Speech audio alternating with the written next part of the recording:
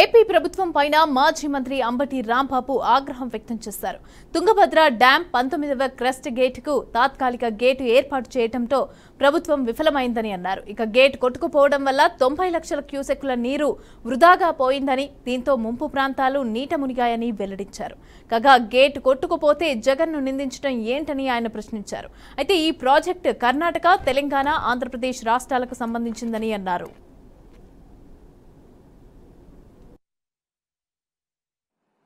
Tungabhadra dam కు సంబంధించి 19వ crust gate నిన్న వరద ఉధృతికి ఫెయిల్ అయిపోవటం, కొట్టుకుపోవటం వలన తుంగభద్ర రిజర్వాయర్ నుంచి సుమారుగా 90,000 క్యూసిక్ వాటర్ ని అనివార్యంగా కిందకి ఫ్లో అవుతా ఉన్నది దిగువకి.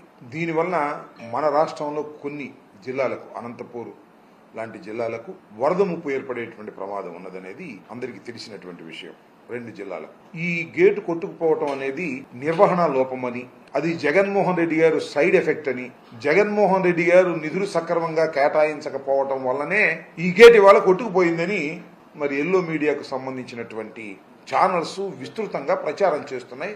దురదృష్టవశాత్తు ఆ విషయాలను ప్రజలకు అర్థమయ్యే విధంగా 2 మాటలు చెబుదామనే ఉద్దేశంతో ఈరోజు ఈ ప్రెస్ మీట్ ని ఆహ్వానించడం జరిగింది. తుంగభద్ర ప్రాజెక్ట్ అనేది ఉమ్మడి ప్రాజెక్ట్.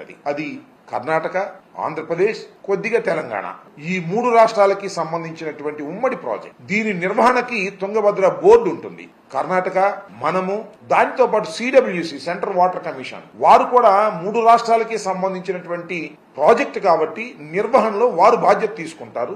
చైర్మన్ గా వారు ఉంటారు. ఇది దాని కన్స్ట్రక్షన్. దానికి సంబంధించి దానిలో ఒక గేట్ కొట్టుకుపోతే అది జగన్మోహన్ రెడ్డి గారి సైడ్ ఎఫెక్ట్ అని, జగన్మోహన్ రెడ్డి గారి వాళ్ళే కొట్టుకుపోయిందని ఇలాంటి దుష్ప్రచారం చేసేటటువంటి కార్యక్రమం చేయటం చాలా దురదృష్టకరమని ఈ సందర్భంగా నేను చెప్పదలుచుకున్నాను. ఏది జరిగినా అది జగన్మోహన్ రెడ్డి గారి అకౌంట్ లో వేసేసి